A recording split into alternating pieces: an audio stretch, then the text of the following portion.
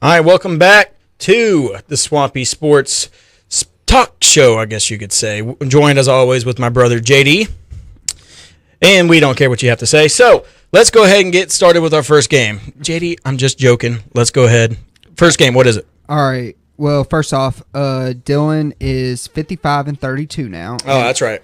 I am 52-35. Got a 3-game lead on me, but I'm going to keep it this time, too. It's going to change after this week. All right, let's go. First game we got this week, Thursday night, the number 5 Louisville Cardinal travel to Houston to take on the Cougars. All right, this is the game I'm going to say is the watch of the week. Do you agree with that? This is going to be a very competitive football game, I believe. Yeah, there's several games Saturday that I'm interested in, but this is one of the main ones I'm very interested in. But this is the game with the top 2, take out Deshaun Watson, the top 2 dual-threat quarterbacks in the country with Lamar Jackson, Louisville, and Greg Ward Jr. in Houston. So with this game, it's going to be a shootout. Both defenses are respectable. But when it comes to, the points allowed per game, Louisville 20.3 and Houston 21.3. So their defenses, I would say Louisville's faced a lot more challenging teams than Houston has. But Houston, 21 points. It's pretty good. It's pretty good for a Conference USA a little bit. I wouldn't agree with Louisville playing more tougher opponents than Houston, because other than Clemson, who has really I'm not talking about like their actual their actual schedule. I'm talking about the conference that they're in, stuff like that. Yeah, okay, and Houston loses to Navy, which you've heard my explanation of why it's one of the toughest offenses in all of football to stop. Yeah, it's the most disciplined offense, and that's why I love the triple option. I think it's a great system to run if you have the disciplined players, which the military does. So I'm not gonna shame that loss to Houston at all. But in this football game, I'm gonna take Houston in this one. I think that they have a chip on their shoulder. I think Tom Herman is a great coach. I don't think he is the type of coach that should go ahead and get a huge payday at Texas. I don't think he's experienced enough. Just like the situation at LSU with Ed Orgeron, I think it's prove himself some more and then get the big paycheck. Because he's only been in Houston for 2-3 years. No, this is his second year. Second year, yeah. 2 or 3 years, yeah. Second year. Last year he had a crazy great year with Greg Ward Jr. having a hell of a season. So, and then they go and they destroy Oklahoma in the first game of the week, or the season, I'm sorry. And then they have a magical run. It looks like they have a magical run. Then they end up having 2 losses right now. But I say Houston has a chip on their shoulder. They're 8-2, not even ranked. After they lost to Navy, everyone's counting them out. So I say Louisville goes into Houston. I say the Cougars upset Louisville. And I think this past week with Lamar Jackson, he's going to put up some big numbers. But with him only having 1 touchdown against Wake Forest, yeah, he had over like 350 combined yards. But you only have 1 touchdown against Wake Forest, which shows he is containable. And I think Tom Herman's going to see that, and they're going to contain Lamar Jackson for a win in Houston. Thursday night, too.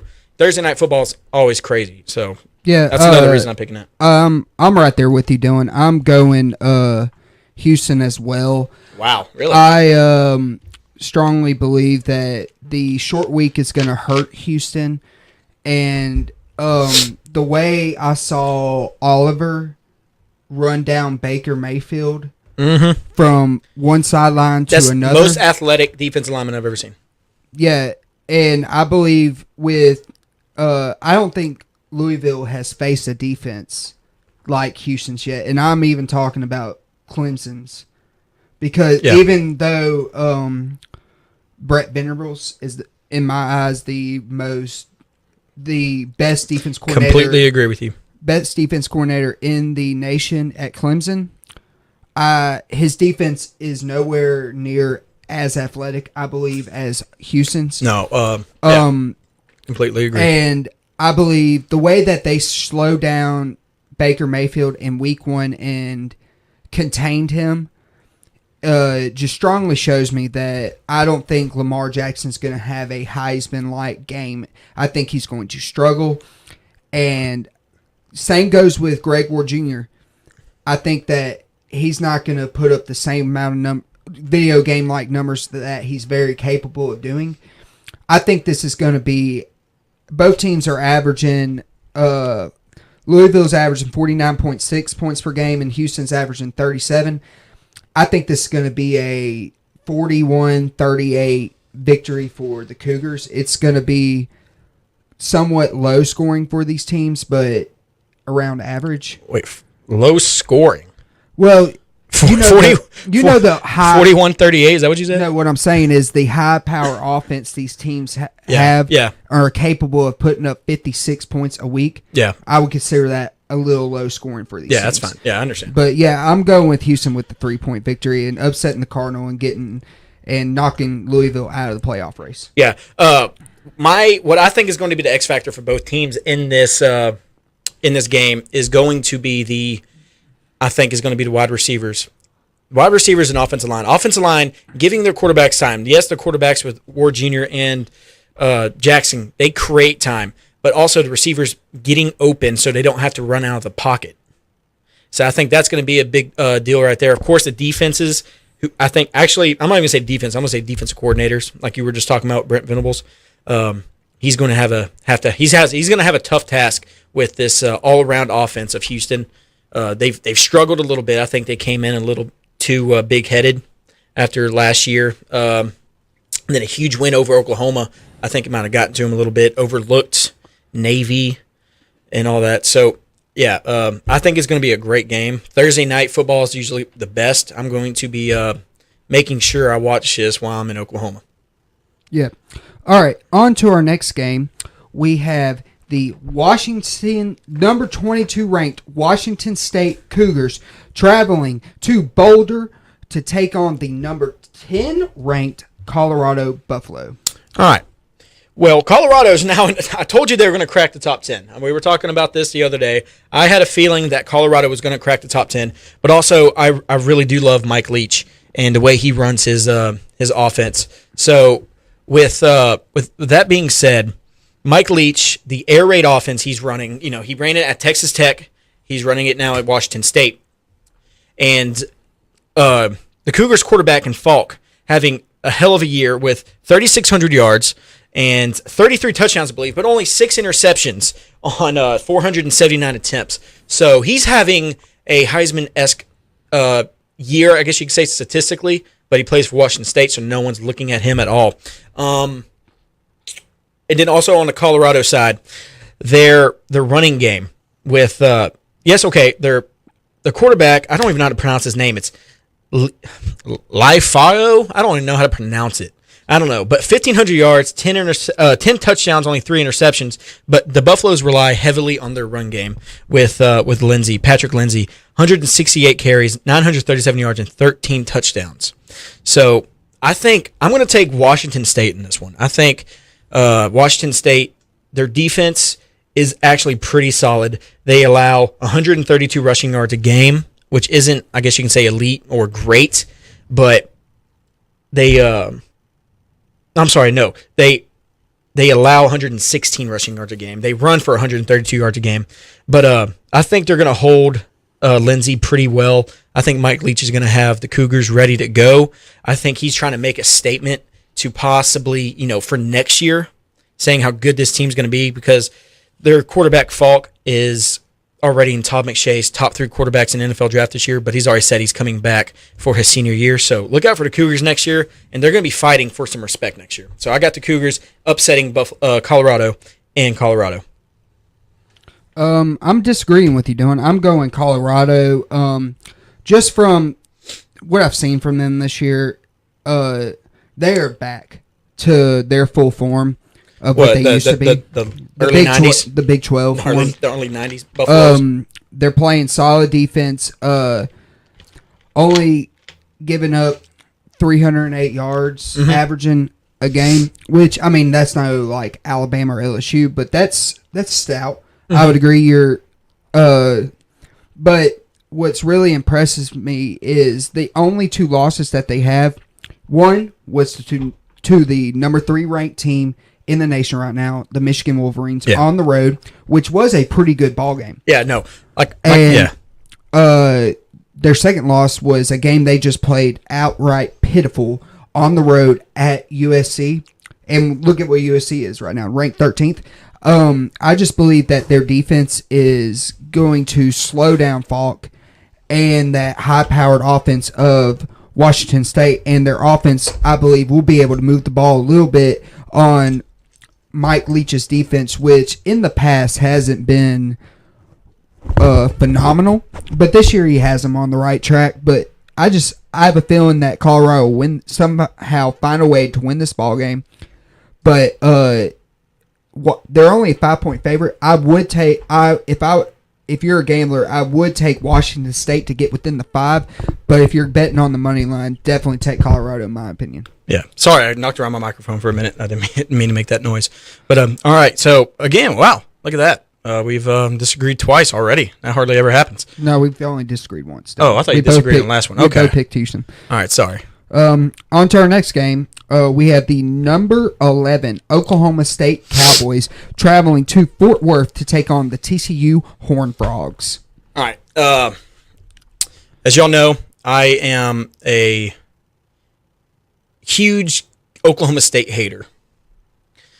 I am a huge Oklahoma State hater. I cannot stand the Cowboys, but TCU has not shown me anything this year. So, with that being said, I'm going to have to take the Cowboys in this one so I can keep whooping your butt in these predictions. Mason Rudolph, 3,300 yards, 24 TDs, and only 4 interceptions. But then you also have Kenny Trill, as he calls himself, who I think is one of the biggest busts. He had 2 great games at A&M 2 years ago, and maybe last year, I can't remember. But Kenny Hill, 2,600 yards, 14 TDs, but already has 10 interceptions on the year. So I don't think he is what everyone expected him to be, being like the next Manziel, as they were saying. So I'm taking the Cowboys in this one solely on the fact that their defense is playing very well, got them to the number 11 ranked in the college football playoff. I'm looking forward to Bedlam. I think that's going to be one heck of a football game. I'm taking the Cowboys again on Mason Rudolph because he's a huge dual threat quarterback. He's a leader of this team, and he gets banged up a lot. He's kind of like a Baker Mayfield, real tough dude. Sticks around in the games after taking huge hits. But I'm also TCU. But the thing about TCU that worries me about this pick of picking Oklahoma State is TCU gets 510 yards a game, and they average close to 200 rushing yards a game, and that's around the average of Oklahoma State allowing 198 rushing yards a game. But I'm taking Oklahoma State on what we do a lot with gut feelings. So give me the Cowboys in a game I'm not very certain about because it's at TCU. Yeah, TCU, with it being in Fort Worth, I definitely have some speculation that TCU might pull off the upset, even though they are, in my eyes, the upset, even though TCU is a 4-point favorite. But I'm right there with you. I think Rudolph is in for a huge day against this TCU defense. And like you, I just feel like I have a gut feeling that Mike Gundy's going to find a way to get this job done this weekend and get a victory out of Fort Worth and head into Bedlam for a huge matchup. Yeah, but also if you look at the past games this past week, TCU beat number 17 Baylor, who didn't have their starting quarterback in Seth Russell. That was before they played Oklahoma. Oh, was it? Yeah. Okay. Well, they beat TCU 62-22, and that was at Baylor. That was an away game, so that's impressive. But then Oklahoma State last week barely got by Texas Tech, a home game, 45-44. So, again, that's another thing that worries me, is TCU's rolling right now. Oklahoma State struggled against a Texas Tech team whose defense is crap. And, Mahomes is not a Jalen Hurts. He's not, they don't have athletes like Alabama to where he's going to be unstoppable. So, Yeah, I'm taking, like I said, Cowboys, but I'm not completely sure. I would not bet against the Horned Frogs in this one because of Fort Worth and how they love their Horned Frogs, and they do. And I will say they do have a home field advantage down there in Fort Worth. All right, well, let's move on to our next game. Okay. We have the number 2 ranked Ohio State Buckeyes traveling to East Lansing to take on the Michigan State Spartans. All right, well, Ohio State finally reached number 2. We all knew they would reach number 2. No one knew who'd be 2 through 6. 3 through 6 in the college football rankings. But Ohio State, deservingly so. They lost to Penn State, but Penn State's turning out to be one heck of a football team. They're starting to come back to their form after all the crap that happened down there in Happy Valley. But with Ohio State and JT Barrett, and it seems like their offense hasn't skipped a beat after losing Ezekiel Elliott at all. And Mike Weber has been running the ball yeah, sensationally this year. Sensational. There you go. With 937 yards and 7 touchdowns, 152 carries. So they rely on him a lot to open up the passing game for JT Barrett. And JT Barrett, a very smart quarterback, reminds me of a Dak Prescott a little bit. He doesn't chunk the ball downfield. He checks down. He gets the open receiver. He's thrown for 23 touchdowns, only 4 interceptions on 292 attempts. And so his passing yards are not high because they run the ball a lot. But if you look at his touchdowns interception ratio, that is what stands out to me. So I'm taking Ohio State going into East Lansing and winning. Michigan State, definitely a down year for them. They'll be back. O'Connor is definitely not as tone as I thought they would. They thought they would be coming into the season. But with Ohio State's defense allowing 111 yards a game and then rushing yards a game and only just under 200 passing yards a game, I think that's very impressive. Their defense, you saw what they did to the powerful Oklahoma offense. Healthy Oklahoma offense. It was not healthy. D.D. Westbrook was not healthy in that game. D.D. Westbrook, but guess what? They shut our most powerful force on offense, and that was Perine and Mixon. They stopped that great. They rushed Mayfield, made him make bad decisions. So I'm taking Ohio State easy in this one. I'm not going to say it's going to be a blowout, but it'll be an easy, probably 24-14 win. But it seems like, but Ohio State's going to have control of this game the whole time because Urban Meyer is going to control the time of possession. I'm gonna disagree with you, Dylan. I think that it's not going to be an easy win for Ohio State. I'm saying Ohio State's winning this ballgame.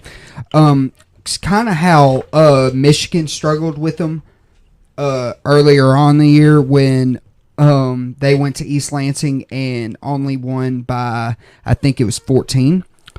I just have a feeling that Mark D'Antonio is going to have this team ready and amped up for an 11 o'clock kickoff.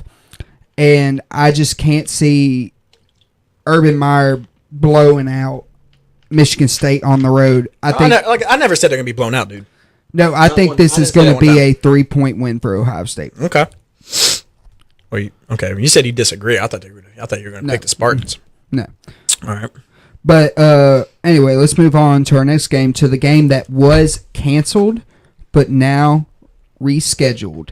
The Florida Gators traveled down to Baton Rouge to take on the number 16 ranked LSU Tigers. All right. And as I've told you this before, I believe I have.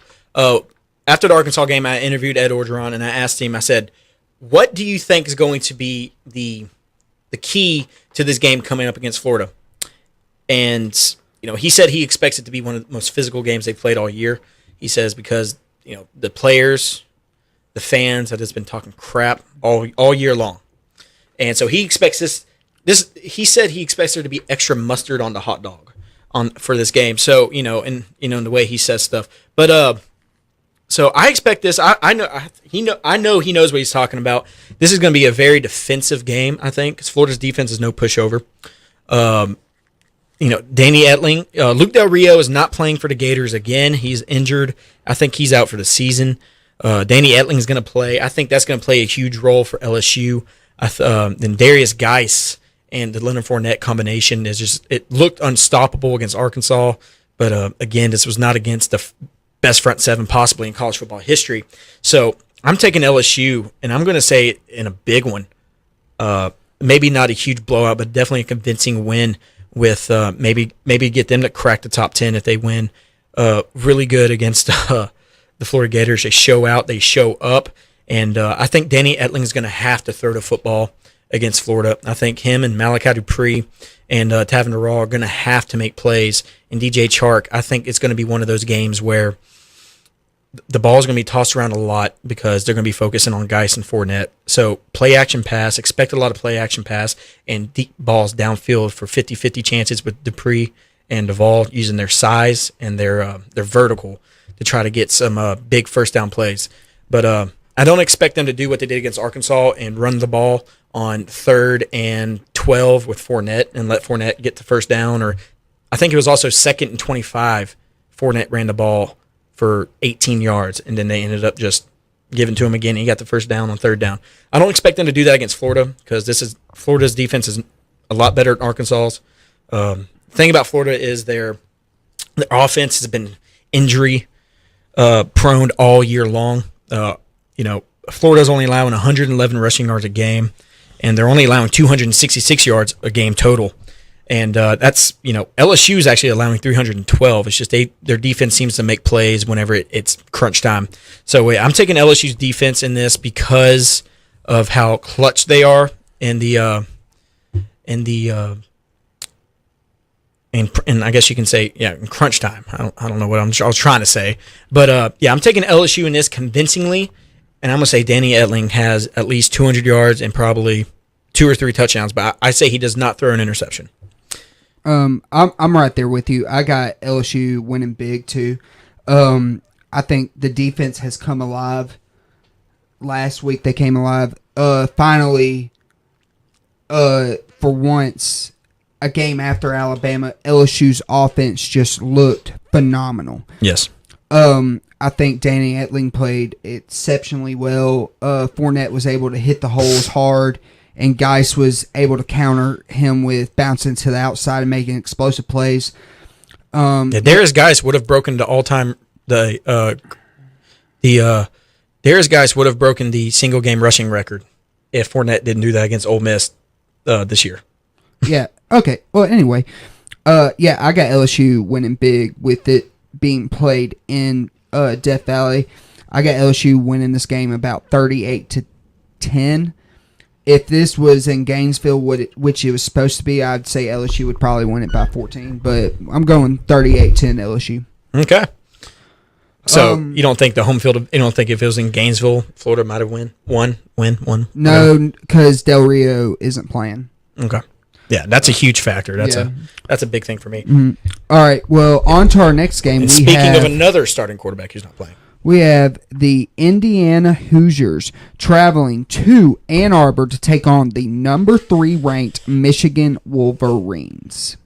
All right. Well, with Michigan, with William Spate breaking his collarbone out for the year, he's I think this is going to be a challenging one for Indiana. Michigan doesn't seem to be the type of team that really works well with people who aren't supposed to be in the starting lineup, I guess you could say. When there's injuries, they don't seem to be the same type of team.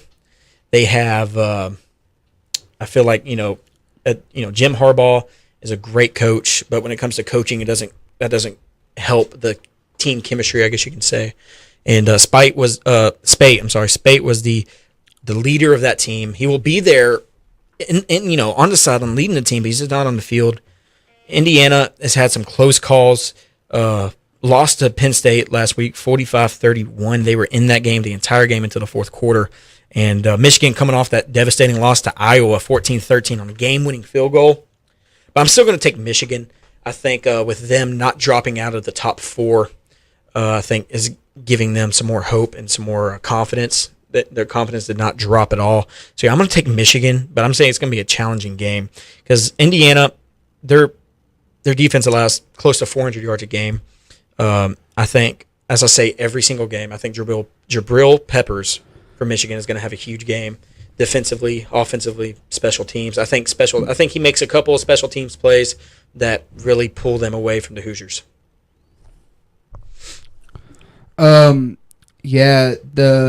Dylan, with you saying that Spate being out with a broken collarbone for the rest of the year, when I watched that game against Iowa, I just saw how their offense just looked depleted whenever he exited the lineup. Exactly. I say if Spate was in, they would have won. Yeah, I believe so too. But their offense just looked like it could not move the ball. It looked like it was very limited. And even though Michigan held Iowa to only 14 points and Iowa didn't even score an offensive touchdown, Iowa's offense isn't what Indiana's is this year. So I'm going to... You might call me crazy, Dylan, but I'm taking Indiana. Oh, no, I don't call you crazy. I'm taking Indiana in this game. After last week, I don't think anything's crazy. I'm taking Indiana in this game because Lago, is that how you pronounce his name? Lago? I don't know. I don't know. Kid's almost passed for 3,000 yards this year already. Yeah. And I believe that they're going to spread this ball out. And Michigan, I just believe that they're not going to have enough offensive firepower to keep up with Indiana.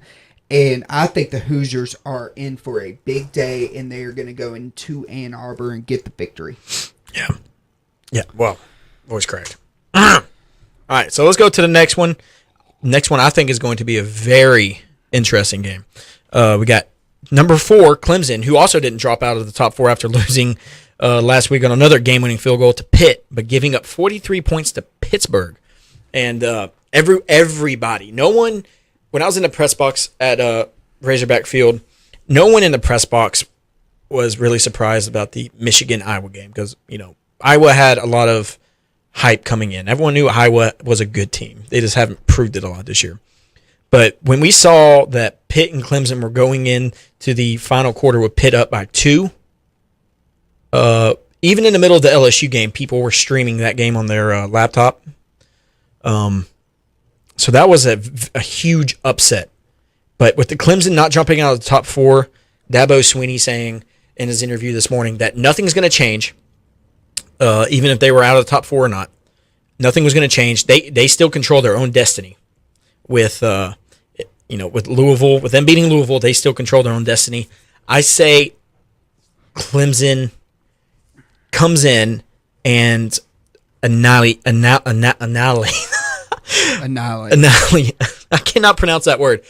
Dominates. Let's say dominates Wake Forest in Wake Forest, and basically makes a statement saying that we deserve to be in the top 4, and last week was a fluke. Yeah, I'm right there with you. Let me continue to say this. Okay. Watson, with people saying he's still in the Heisman talk. Yes, because he's a great player and because they are winning. I think that's why. But he has 13 interceptions already this year. And I don't think that's very Heisman-esque, do you? 27 touchdowns to 13 interceptions. Great runner. He's definitely got some legs on him. And I just, he's not having the year he was last year. And I think if it's a repeat of Alabama-Clemson in the championship, I'd have to say that Alabama just gets the paddle out and just whoops him in the butt because of how inconsistent Watson has been this year. Well, another reason why I'm taking Clemson too. I'll point this out to you, Dylan.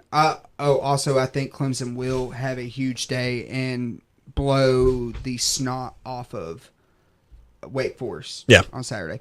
But to your point about how Alabama would just whip them up and down the field, what a reason for that is because Clemson lost 8 starters from that defense last year. And the best defensive lineman in the country with Shaq Lawson. The reason why I'm saying that is their defense was given Clemson great field position, resulting in Deshaun Watson playing out of his mind from great field position and not having to force the ball. And now that he's having to gunsling it all around because his defense isn't playing what to to the expectations of what we all had this year from last year, that's why everybody's saying he's not playing to the full potential from last year. Okay. Yeah, no, I totally agree. The next game we have... we got the Arizona State Sun Devils traveling to Seattle to take on the number 6 ranked Washington Huskies. Well, Washington lost last week to a good USC team, 2013. This is a USC team that, hung with Alabama the first half, and then second half of that game completely just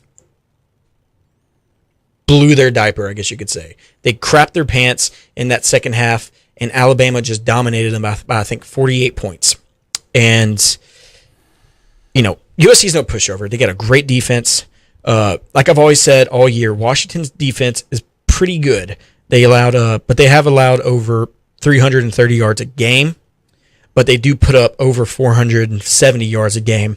But I feel like this is going to be another type of Boise State team with Chris Peterson. I think that now they've lost their first game, I say that they're going to have a downfall, like Boise State always did. Once Boise State lost one game, they go undefeated late in the season, then they lose, and then they win the next one, lose another one. I'm going to say that they win this one, but I don't think Washington's going to beat Washington State. I think that they still think they can still make the college football playoff as a number 6.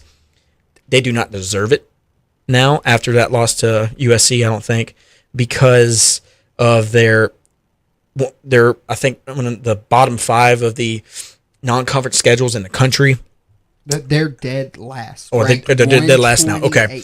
Well, with that being said, I think with them going up against a USC team and trying to prove themselves and losing, I think it proves that they can't handle anybody else in the college football playoff. I thought they could. Then when I saw the way they played against USC, they competed, but USC was just too much. And then say if USC was too much and USC lost to Alabama, imagine if Alabama played Washington. That would be incredible to watch. Not fun, just incredible and painfully awful to watch, this Washington team who had so much hope of being one of the best teams in the country and being the Cinderella story, just having their dreams crushed like an aluminum can in Stone Cold Steve Austin's hands whenever he... But I say Washington wins this one, but I think, with their game against Washington State, I think Washington State's going to... it's going to be a high-scoring game, as always, as you can tell, because they both sling the ball around. But I still have hope in Josh Browning having a heck of a year, the quarterback for the Huskies. 2,500 yards, 35 touchdowns, only 5 interceptions on 256 attempts. He's having a great year, but he did not have a great game against USC.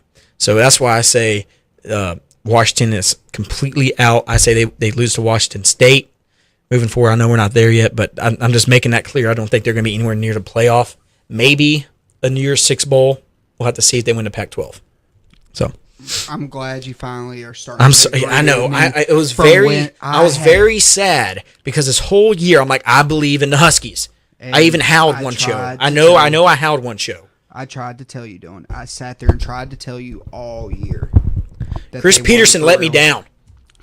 But I'm taking Washington to win this game on the sole fact that Arizona State is just god awful this year.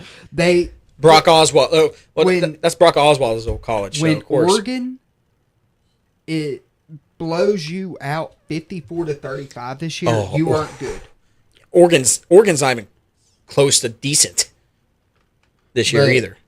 Anyway, I'm taking Washington. We're just going to move on because I have nothing else to say about that game. But the next one is the number 8 ranked Penn State Nittany Lions are traveling to Rutgers to take on the Scarlet Knights. Okay.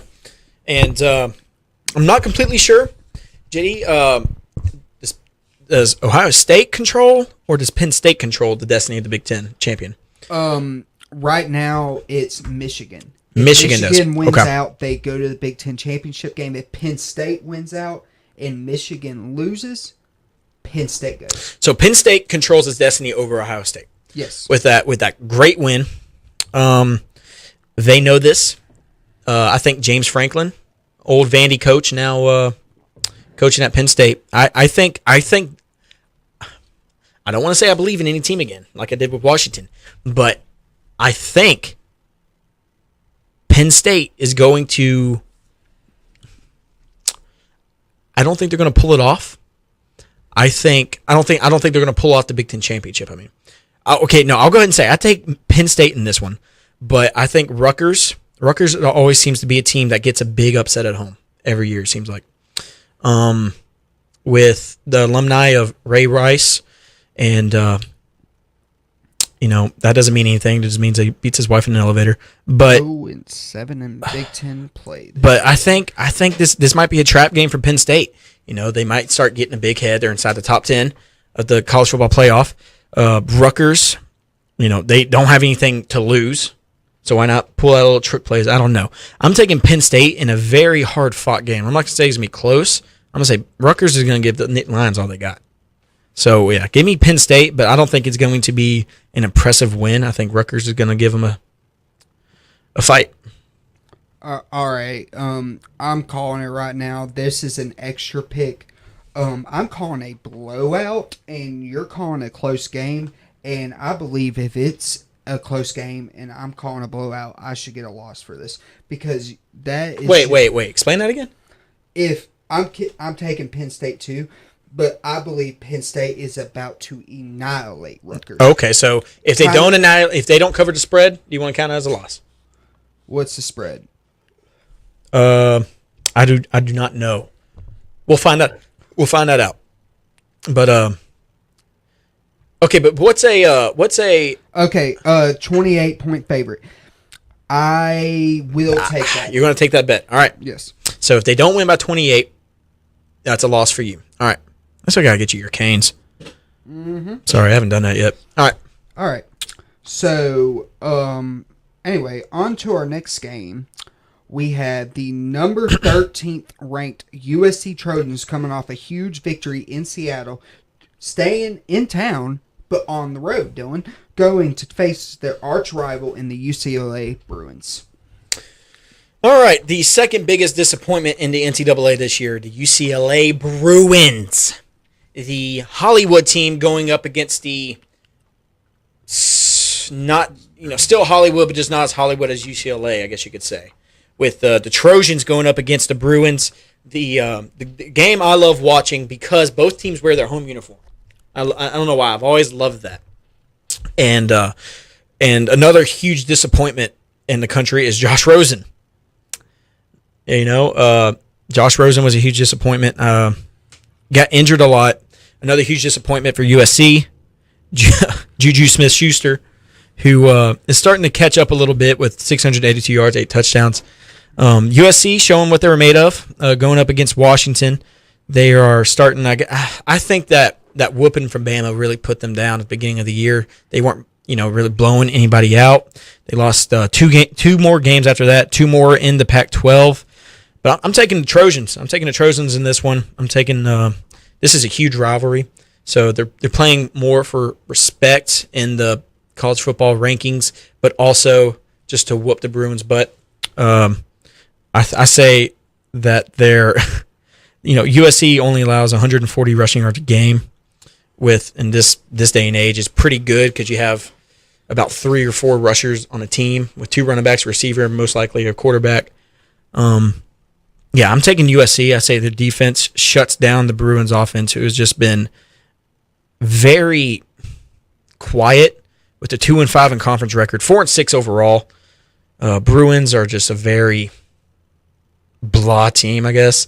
They used to be a little exciting, when you see that they're playing a big team, but now it's just like, you know what? You might as well take the spread on this one. Yeah, I'm taking. Hey, hold on. Are you proud of me? I'm starting to understand this gambling stuff. Yeah, I really am proud of you. Oh, thank you. I really am proud of you. It means a lot for my brother. Anyway, I'm taking USC too. I think they will cover the 12-point spread. But the reason why I think they're going to cover it heavily on the sole fact that UCLA is just horrible this year compared to what their expectations were.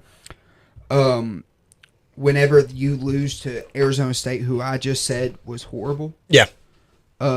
yeah, you gotta believe that USC is gonna put it to them. Oh yeah. So I'm gonna take USC. I don't. And on to our last game. Always close to our hearts, Dylan. Always close to our hearts. In where I don't know why College Game Day is not there. Because they want to go to Western Michigan. Why? What? Like, why? What? Anyway, we had the number 9 ranked Oklahoma Sooners traveling to Morgantown to take on the number 14 ranked West Virginia Mountaineers. I am very worried about this football game. As y'all can tell, I got very up about this game because this, like JD said, is close to our hearts. Oklahoma is starting, as you said early on in the season, Oklahoma is starting to edge their way closer to, they cracked the top 10, number 9 in the college football rankings. And like I've said all year, I really don't want them to make it. If they do, that's great. But if we do, we're going to get our butts handed to us again. And I cannot handle that, especially if it's to Clemson for a third year in a row. But let's focus on this game. With the Sooners going into Morgantown, which is always a hostile environment. They love their football in Morgantown.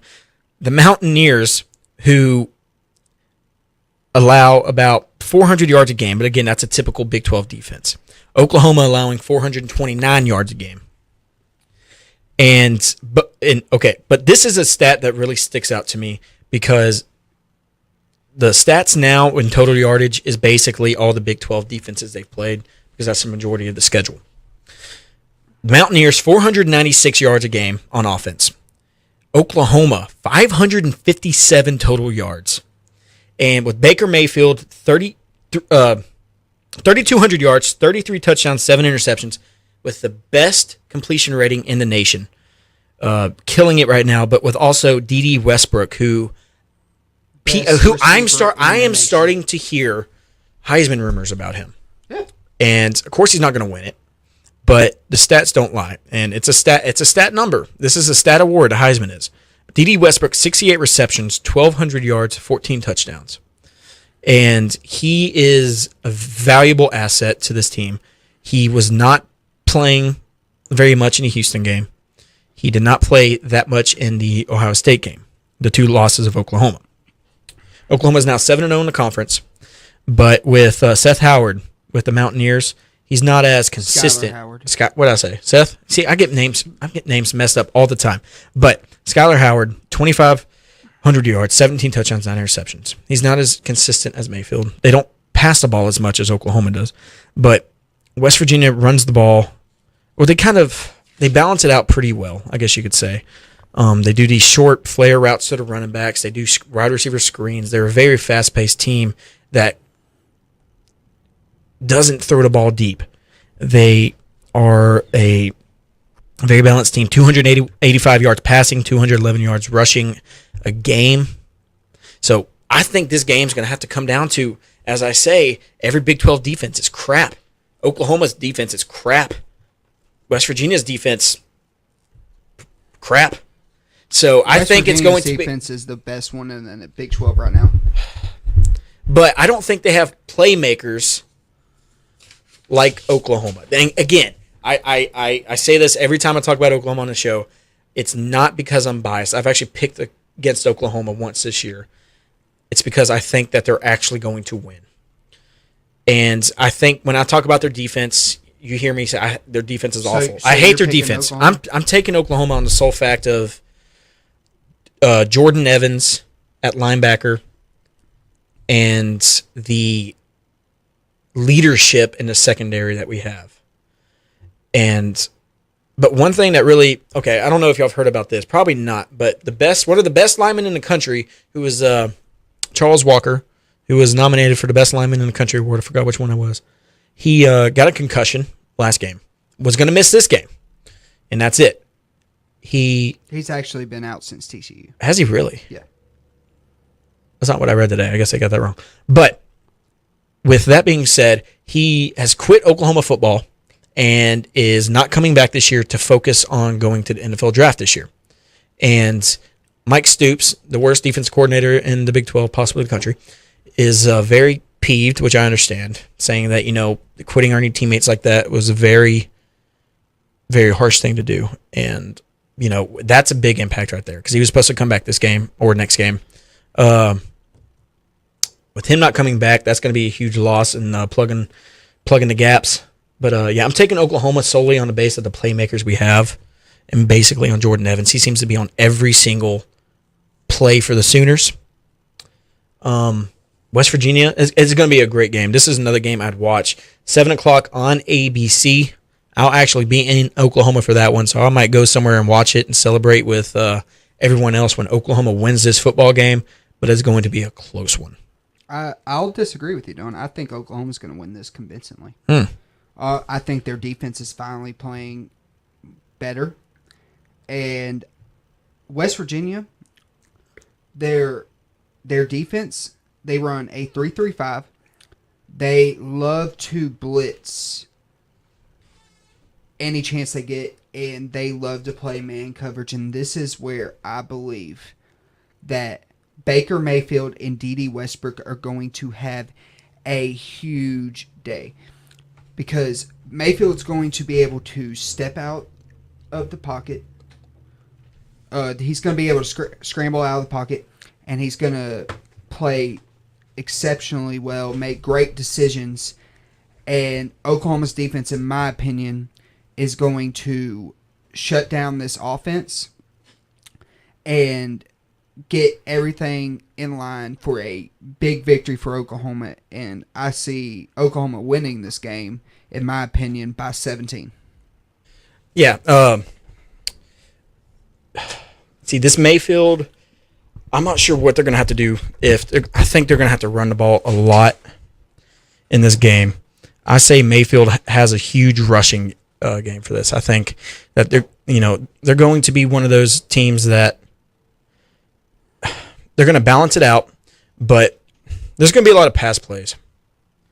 But there are going to be a lot of, non-designed run plays for Mayfield, I think. Mountaineers, what they've shown me last year at least, they know how to pressure Mayfield, and they know how to get him out of the pocket. And he's the best. I think he's the best quarterback you can throw on the run in the nation. How accurate he is, because I say probably about 30% of his throws are actually on the run. So I say that they're going to get him out of the pocket, but they're not going to make him uncomfortable because that's, I think, where he's the most comfortable. Out of the pocket and just receivers just breaking out of their routes and getting open. I think that's going to be a huge one. I think Westbrook, D.D. Westbrook is going to have a huge game. I think he's starting to come out of his shell now, but Geno Lewis, I think, is going to have a big game because he's the big receiver Oklahoma has. Oklahoma seems to have the really small receivers. But is that the last game? That is the last game, but as we always do, we always pick who's in. Yeah. And I would like to start doing this, Dylan, picking what we believe the committee will make their top 4 or their top 10 after from our predictions of this upcoming week. Okay. So, who would you be? You know what? You go ahead and do this first. I got to think about this. This confuses the crap out of me. All right. Start from 10 and go up to 1. All right. Number 10, I believe that with Michigan, in my prediction, with Michigan losing, they will drop all the way to number 10. All right. Number 9, I believe that Oklahoma State, with a huge win on the road, will boost them all the way up to number 9. Number 8, I am going to give this to, I think Wisconsin will drop from 7 to 8 just from how other teams perform. So I got them at 8. I believe at 7, Washington will drop 1 spot because of the way that everyone else performs. I just believe that I could see Washington dropping.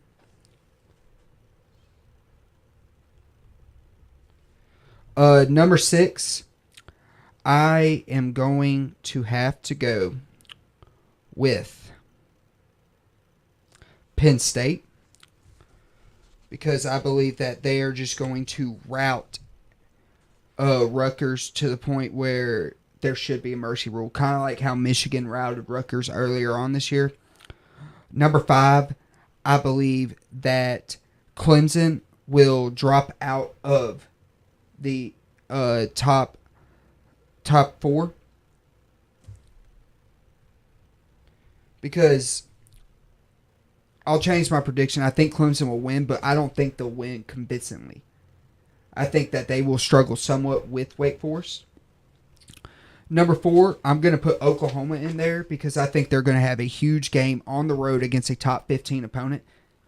In the eyes of the committee, that's huge. Okay, so before you continue, you think Ohio State's losing, right? Is that what you said? No, I think Michigan's losing. You think Michigan's losing. And so with that being said, do you think Oklahoma's going to jump Wisconsin and Louisville to get into the top 4? I have Louisville losing. But even Washington. You have them jumping Washington. Yes. Okay. Because of strength of schedule and who they play. No, I understand what you're saying. I was just making sure you knew. Okay. Yeah. Number 2, actually,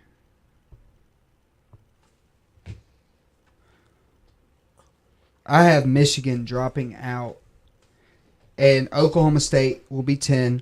Wisconsin will be 9. Will stay at 8. I'll have Colorado at 7 with a big win. So I'll have Colorado at 7. Washington will be, I believe that they're going to drop all the way to 10 because I just believe the Pac-12 just keeps on getting depleted. Mm-hmm. Okay. And we never give our prediction on the big Bama game against Chattanooga. I'm serious. Okay, don't. How many points do you think Bama's going to score? I don't care how much you give up. How many points do you think they're going to score? Jalen Hurts solidify his Heisman candidacy in this football game? Dylan, why do you make stupid? No, I'm serious. Do you think he might? I don't. Dang it, Jitty. All right, whatever. Here, let me see the paper. Let me see the paper so I can make my pick. Ohio State too for me. Oh, no, you're not done. Sorry, I thought you were done. Well, you make me go, you want me to go from 10 to 1. It's so much harder to do it that way. I know, Jitty. I do it to frustrate you, okay? Like, why do you do that to me? Because I love you and you're my brother. You're my older brother. Like, I don't even know who I have at 3 now. Here, you want the paper? Here. All right, thanks, bud. All right, so you have Bama at 1, right? Yes, I have Bama wow, at okay. 1. Love it. I love it when you're angry. All right, so at 10, I'm going to put USC. I'm going to put USC at 10 because of Colorado losing, but I think they're going to jump Utah, even though Utah beats Oregon because Oregon's just ridiculous. But USC beating UCLA in a convincing way is going to jump them to number 10. And number 9, I'm going to put Oklahoma State. I think no matter what the score is for TCU, they're going to jump into number 9. Number 8, I'm going to say Wisconsin. I say Wisconsin's going to win, but I say they drop down to number 8. Number 7, I'm going to put Oklahoma. I say Oklahoma gets closer and closer to getting in. I say they get there to number 7. Penn State, I'm going to say goes to number 6. And, oh, man. Number 5. I think, with Louisville losing, I think Louisville will drop down out of the top 10 because of Houston and because they're not ranked. Clemson.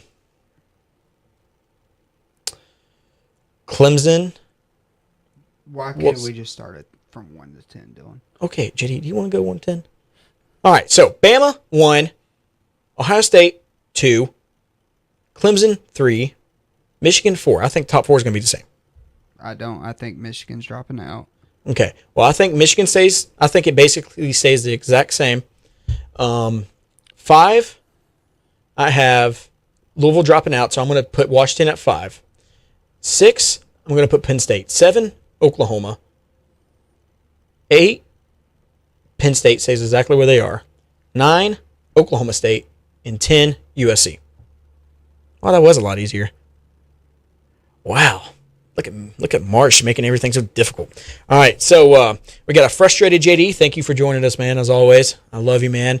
It's always fun doing it, right? Don't you just love it? Yeah, I love doing this. Okay, good.